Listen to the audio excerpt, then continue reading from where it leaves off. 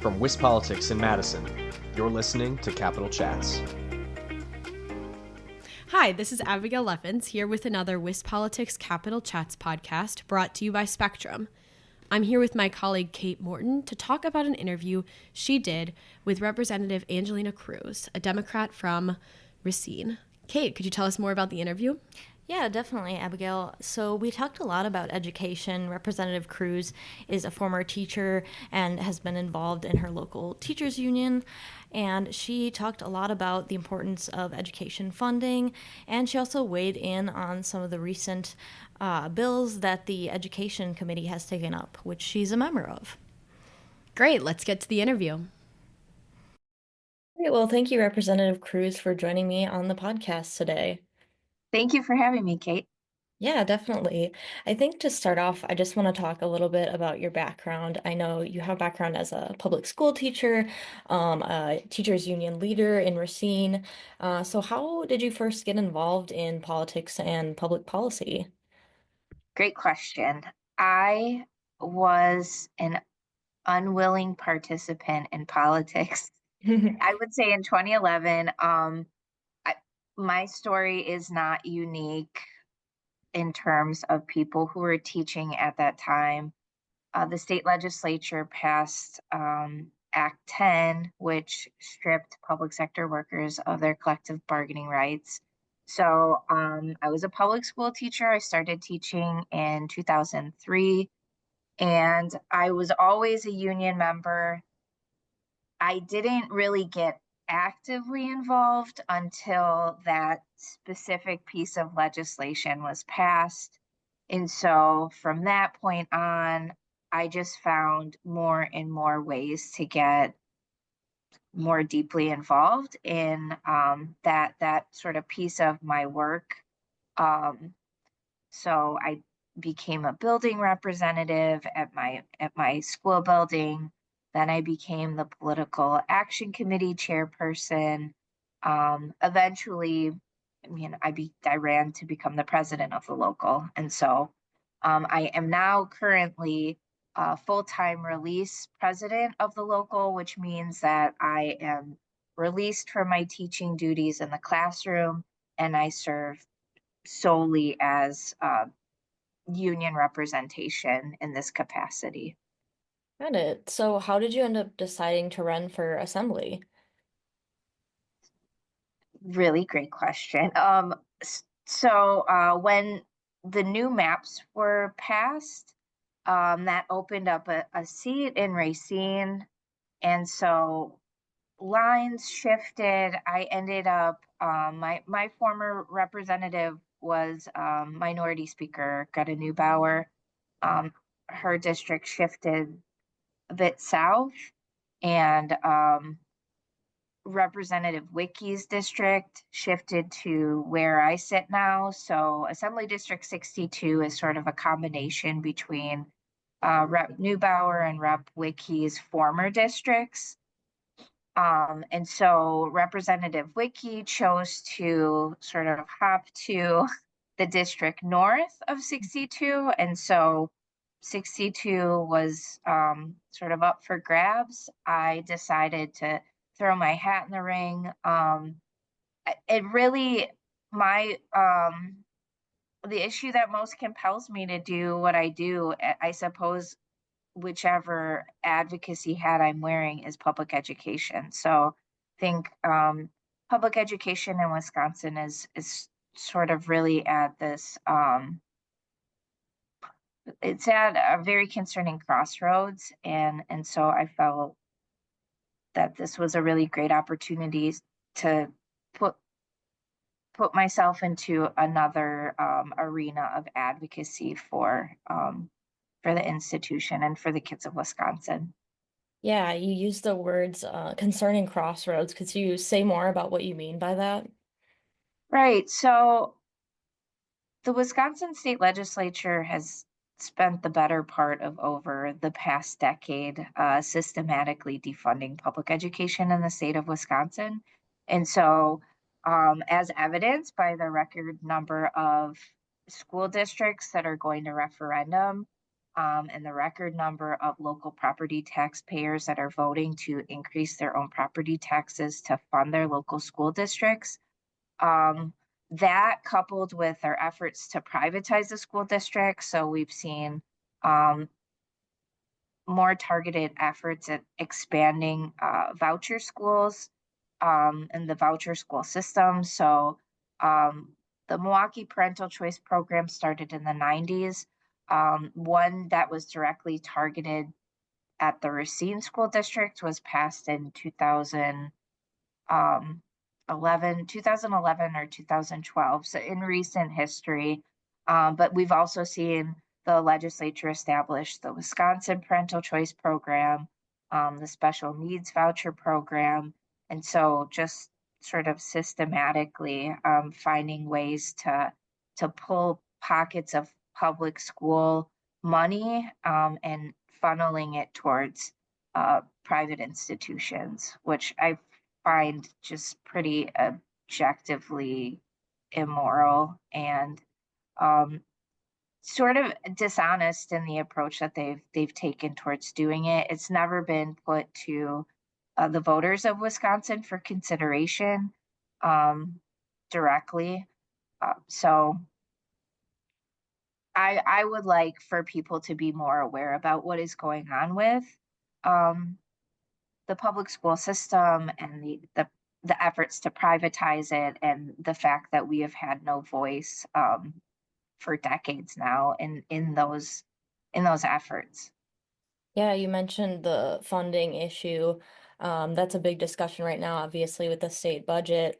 Are there any particular things that you want to see in that state budget, I guess, related to education? Yes, I so the increase there many things that the governor has proposed would really go a long way in helping our public schools. The increased special education reimbursement. So we're sitting at like a really low 30% right now. I believe we have the worst reimbursement rate in the entire nation.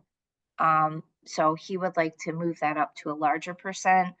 Um, I believe it needs to be at a minimum 90% reimbursement. I know I'm at friendly odds with some of my colleagues about what that number is. I think we can all agree it needs to increase dramatically. But that would definitely be helpful to local school districts, increasing the per pupil expenditure. So the amount that school districts receive per pupil into the general funds would be tremendously helpful.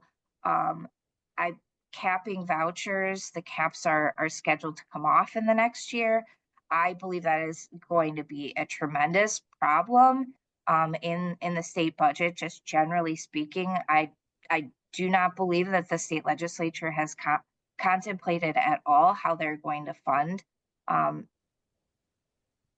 either the public or the private institutions once the voucher caps come off. So I think there needs to be a firm cap put back on the vouchers, and eventually that program needs to be sunset.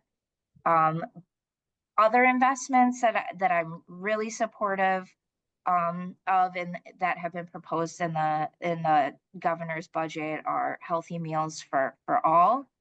So feeding children in the public school system free breakfast and free lunch, because we know that that's a really big challenge for our kids. If they show up with empty stomachs, they're not going to learn at school.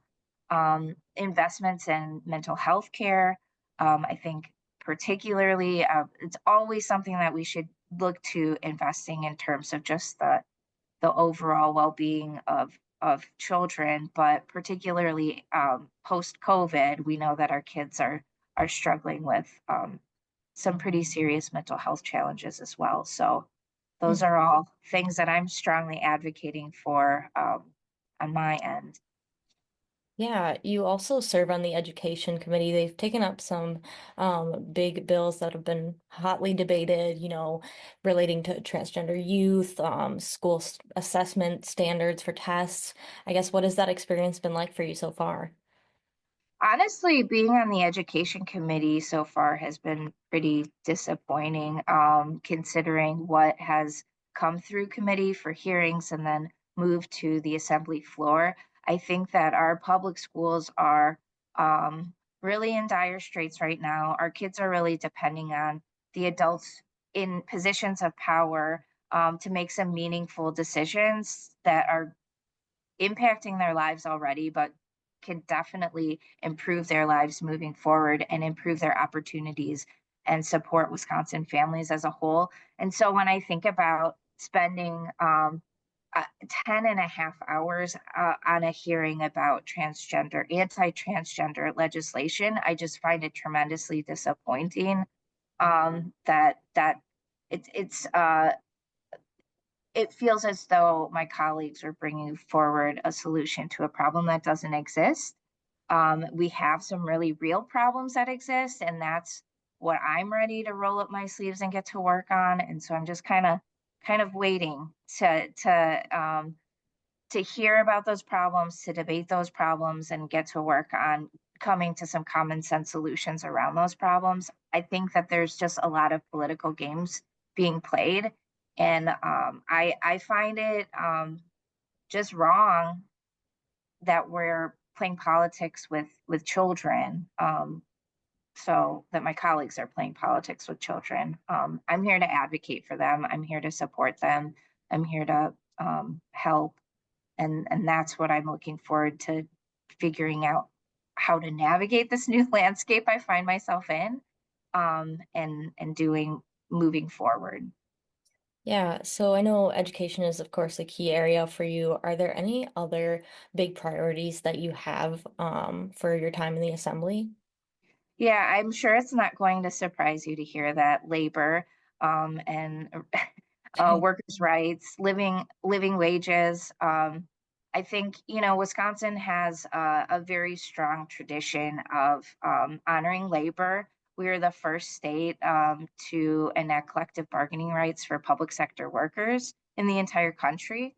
And so when 2011 and Act 10 happened, that was a pretty big blow to a lot of hardworking Wisconsinites. We know that labor unions improve just working conditions, improve take home wages, assure people have living wages that are family supporting. And so that's a top priority for me as well, so that we can see Wisconsin be the prosperous, welcoming Wisconsin that I grew up in. And so that is definitely a priority for me as well. I think it's really important that workers have a voice in their workplace. And it really makes a difference, not just for the worker, but also for the employer. Um, so I Yeah, look forward to getting to work on those things as well. sure. Well, I guess before we wrap it up, is there anything else that you want to add for our listeners? Um, I guess just I would encourage listeners to challenge their representatives to listen to them wherever they're at. So I know that we're living through some very interesting political times, and a lot of people are feeling as though they are not being heard and that they are alone and sort of isolated. In I just want to encourage people to connect with their neighbors and understand that they're not alone, and to show up in spaces and use their voices and demand that they are heard. Great. Well, thank you so much for joining us on the podcast. Thanks for having me. I appreciate it. Thanks for listening to this episode of WIS Politics Capital Chats, brought to you by Spectrum. If you want to learn more about our legislators, head to wispolitics.com. For now, I'm Abigail Levins. And I'm Kate Morton. Thanks for listening.